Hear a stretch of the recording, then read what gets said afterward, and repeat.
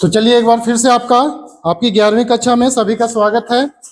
फिर से हम लोग एक नए टॉपिक के साथ अपनी कक्षा को आगे बढ़ाते हैं।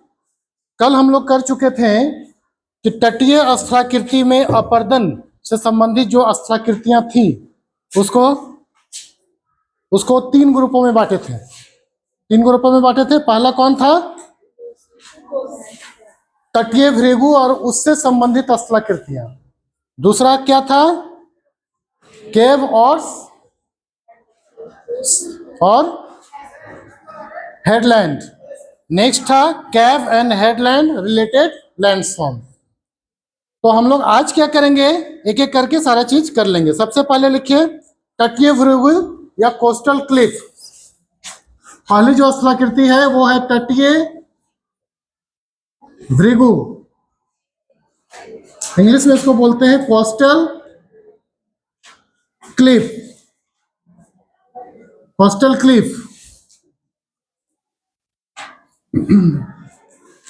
क्लिफ। इसमें होता क्या है कि जैसे ये तटीय भाग है, कोस्टल एरियाज है ये, और इस कोस्टल एरियाज में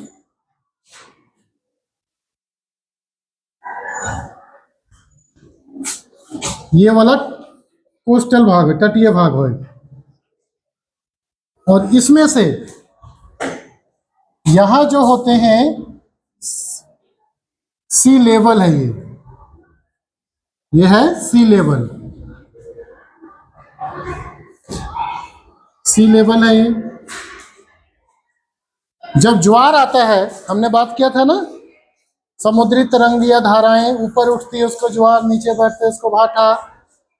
ठीक है, तो जो ऊपर उठती हैं उसको हम लोग ज्वार भी बोलते हैं। तो एक आता है यहाँ पे उच्च ज्वार वाला स्थिति, इसको बोलते हैं उच्च ज्वार। जब सबसे ऊंचा वाला तरंग उठता है, उसके बाद आता है निम्न ज्वार। ठीक है, ये उच्च ज्वार वाला भाग, ये निम्न ज्वार वाला भाग। क्या बात है? नहीं, बाहर रहिए, आप लोग टाइम से क्यों नहीं आते हैं? निम्न ज्वार। इस स्थिति में देखिए कि ये जो सागरीय लहरें आती हैं, सागरीय लहरें आने के साथ यहाँ पे अपर्दन करते करते इस यहाँ पे एक खांच बना देती है। क्या बनाती है? खांच, जिसको अंग्रेजी में हम लोग नोच बोलते हैं, NOTCH, नोच। और यही जो नोच है, इसके ऊपर वाला भाग को, नोच के ऊपर वाले भाग को हम लोग तटीय भृगु बोलते हैं, यानी कोस्टल क्लिफ बोलते हैं। तो ये आपका पूरा का पूरा हो गया इसकी निर्माण अवस्थिति। अब इसको हम लोग डिटेल लिखते हैं। समझ में आ गया आपको तटीय भृगु क्या है, कैसे बनता है? जब उच्च ज्वार आते हैं, उच्च ज्वार मतलब कि सागरीय लहरें एकदम ऊंचे लहर के साथ आगे आएंगे, तो इसको पूरा अपर्दित करेंगे। निम्न ज्वार में इस क्षेत्र में करेंगे, और ये जो तट वाला चट्टानी वाला भाग है, चट्टान है सब, तो क्या हो गया? अपर्दित हो जाएगा। और यहाँ जो निकला हुआ भाग होगा उसी को बोलते हैं हम लोग कोस्टल क्लिफ के टाइप से निकला हुआ है। ठीक है, तो ये चीजें हो गई। आगे लिखिए आप लोग।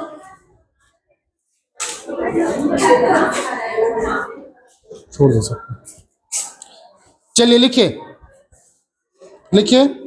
सागरों, लिखो सागरों के किनारे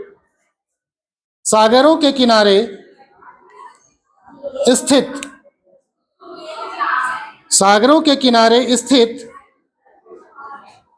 खड़ी ढाल वाले तटीय चट्टानों को, सागरों, महासागरों भी बोल सकते हैं ना, सागरों अथवा महासागरों के किनारे स्थित खड़ी ढाल वाली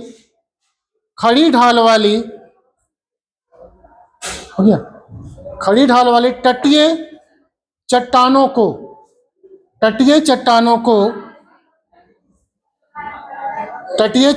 को सागरीय तरंगें तटीय चट्टानों को सागरीय तरंगे काटकर, सागरीय तरंगे काटकर उसमें अंदर की ओर, सागरीय तरंगे काटकर उसमें अंदर की ओर, अंदर की ओर खांच, खांच अर्थात नोच, खांच या नोच बना देती हैं, खांच या नोच बना देती हैं, बना देती है, पूर्ण विराम।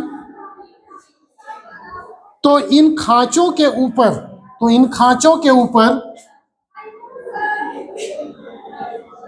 इन खांचों के ऊपर लटकती हुई चट्टानों का भाग, तो इन खांचों के ऊपर लटकती हुई चट्टानों का भाग, ये वाला भाग यहां से टूट कर गिर जाता है, चट्टानों का भाग टूटकर, तो इन खांचों के ऊपर लटकते हुए चट्टानों का भाग टूटकर समुद्र में गिर जाता है, टूटकर समुद्र में गिर जाता है,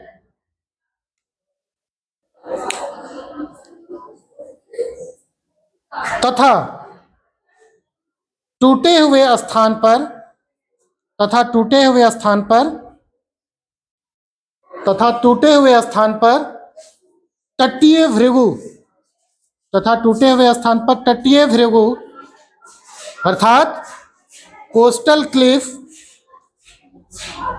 का निर्माण हो जाता है, तटीय भृगु अर्थात कोस्टल क्लिफ का निर्माण हो जाता है,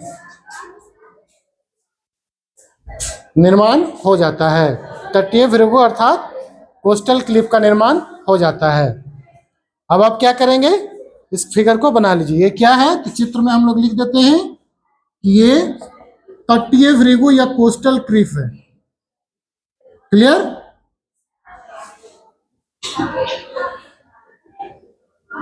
कोस्टल क्लिफ है।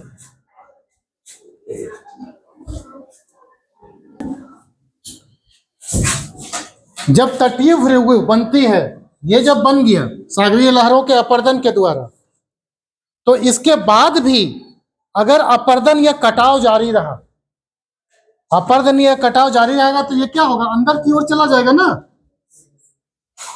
अंदर की ओर चला जाएगा। अब कैसे जाएगा सो देखिए, पहले इसको देख लेते हैं।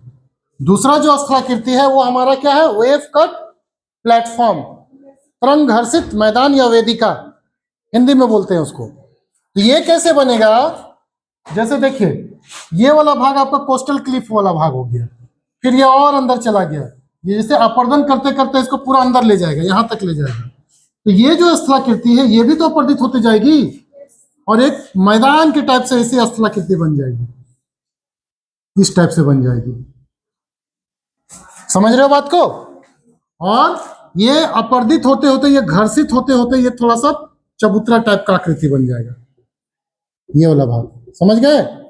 और इसी को बोलते हैं हम लोग तरंग घर्षित मैदान या वेदिका, या तो वेव कट प्लेटफॉर्म। एक प्रकार का प्लेटफॉर्म है, चट्टानों का एक प्लेटफॉर्म बन जाता है जहां पे आदमी चल सकता है।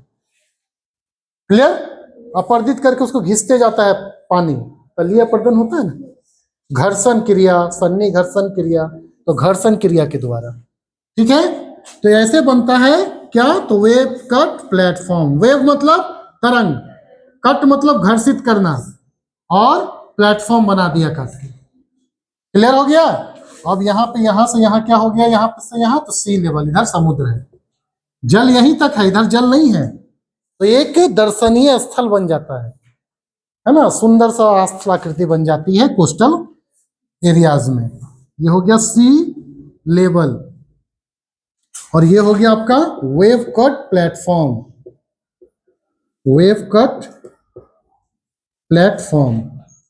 आप लोग देखे होंगे कि मैंने जो ये लगाया है आपका, क्या बोलते हैं, इमेज जो लगवाया है, उसमें सारा स्थलाकृति को मैंने दे दिया है। उससे भी आप समझ सकते हैं चीजों को, जो मैंने अपलोड किया है वीडियो को, तो उसमें इमेज जो दिया है एकदम बना हुआ चीज जो दिया है वो नहीं। ठीक है, उसको देख के भी आप समझ सकते हैं कि वेव कट प्लेटफॉर्म क्या है। तो देखेंगे यहां से यहां तक जो मैदानी एरिया है चट्टानी वाला वो वेव कट प्लेटफॉर्म है। ठीक है, तो इसको लिखिए, इसको लिखिए, नहीं पैराग्राफ चेंज करके लिखिए, पैराग्राफ चेंज करके, अभी हेडिंग मत डालिए, लिखिए तटीय भूभाग से संबंधित अन्य स्थलाकृतियां निम्नलिखित है। तटीय भृगु ब्रैकेट में कोस्टल क्लिफ, तटीय भृगु कोस्टल क्लिफ से संबंधित अन्य स्थलाकृतियां निम्नलिखित हैं।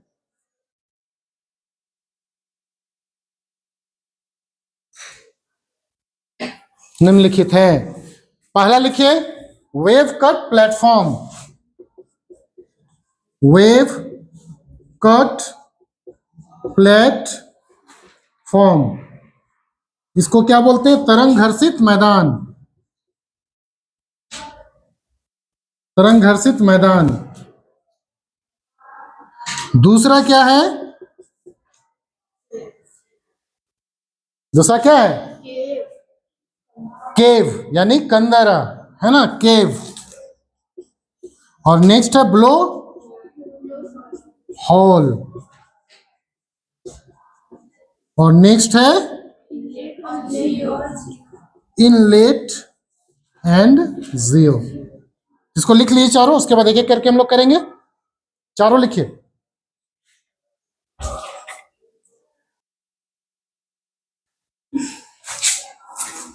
ठीक है, तो लिखिए, एक बार रिपीट कर देते हैं।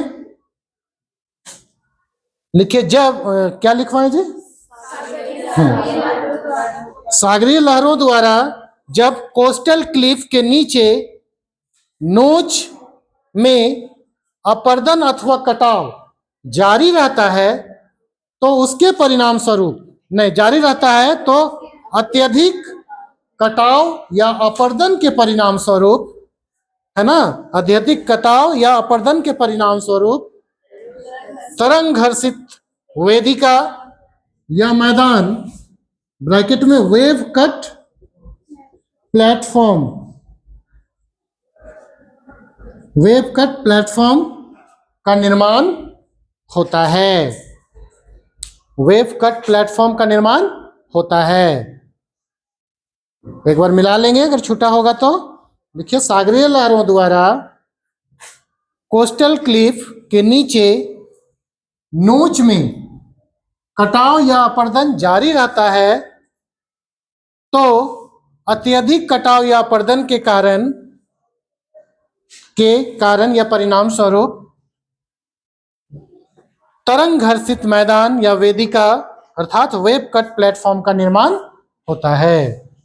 इसको बना ले, यही है आपका वेव कट प्लेटफॉर्म, ये वाला भाग, इसको बना लीजिए फिगर में।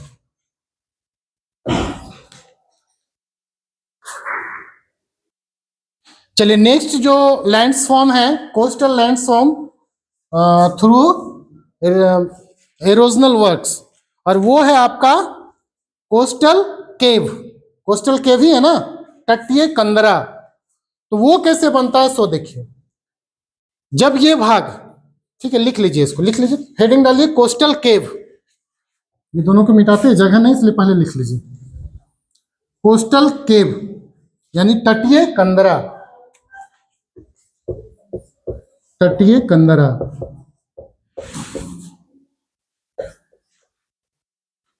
कोस्टल केव, इसमें लिखिए, लिखिए जल्दी क्योंकि क्लास है मैडम का। देखिए सागरीय तटीय चट्टानों में, और तेजी से लिखिए, सागरीय तटीय चट्टानों में, सागरीय तटीय चट्टानों में जब कठोर चट्टानों के नीचे, जब कठोर चट्टानों के नीचे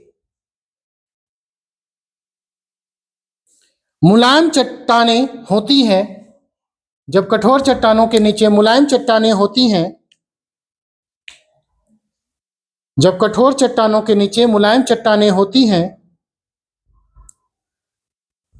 तो उन मुलायम चट्टानों को, तो उन मुलायम चट्टानों को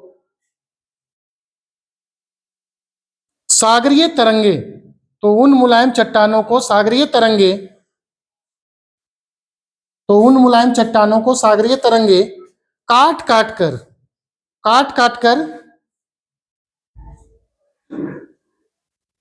अच्छा ये किस क्रिया द्वारा काट रहा है? जल गति क्रिया द्वारा, ठीक है, जल गति क्रिया द्वारा काट काट कर, ये लिख लो वहां पे, जल गति क्रिया द्वारा काट काट कर आर पार छिद्र कर देती है, आर पार छिद्र कर देती है, आर पार छिद्र कर देती है। जब यह छिद्र बहुत बड़ा रूप ग्रहण कर लेता है, जब यह छिद्र बहुत बड़ा रूप ग्रहण कर लेता है, जब यह छिद्र बहुत बड़ा रूप ग्रहण कर लेता है, कॉमा, तो वह तटीय कंदरा के रूप में, तो वह तटीय कंदरा के रूप में निर्मित हो जाता है, तो वह तटीय कंदरा के रूप में निर्मित हो जाता है। ठीक है, तो अभी हम लोग क्या देखें कि मुलायम चट्टानों के और कठोर चट्टानों के नीचे मुलायम चट्टान रहते हैं, तो है ना, तो इसमें देख लीजिए हम लोग कैसे करेंगे। पहले एक कंदरा बनाइए इस प्रकार से, इधर से क्या होगा, घुस जाएगा अपर्दित करते करते, बात मत करिए जी, ठीक है। ये हो गया आपका तटीय भाग, किनारे हो गए, ये जो अपर्दित हो गया है ये मुलायम चट्टान है, ठीक है, ये मुलायम चट्टान है, जबकि जो अपर्दित नहीं हो पाया वो कठोर चट्टान है। और काटते काटते जब ये क्या कर रहा है, एक ये बना दे रहा है गुफा टाइप से, तो इसी को हम लोग तटीय कंदरा या कोस्टल केव के नाम से जानते हैं। ठीक है, ये हो गया आपका तटीय कंदरा, और इसके ऊपर वाला ये भाग मेहराब हो गया, मेहराब छत के ऊपर होता है ना, छत के पास गोल घुमा हुआ, और ये वाला भाग छत रूप। ठीक है, इसको क्या बोलते हैं हम लोग चित्र में, तो तटीय, चित्र में बोलेंगे हम लोग तटीय कंदरा या कोस्टल केव, कोस्टल केव। ठीक है, नेक्स्ट हम लोग अगला स्थलाकृति करेंगे, इसको आप लोग बना लीजिए, फिर नेक्स्ट क्लास में मिलते हैं। ठीक है, थैंक यू।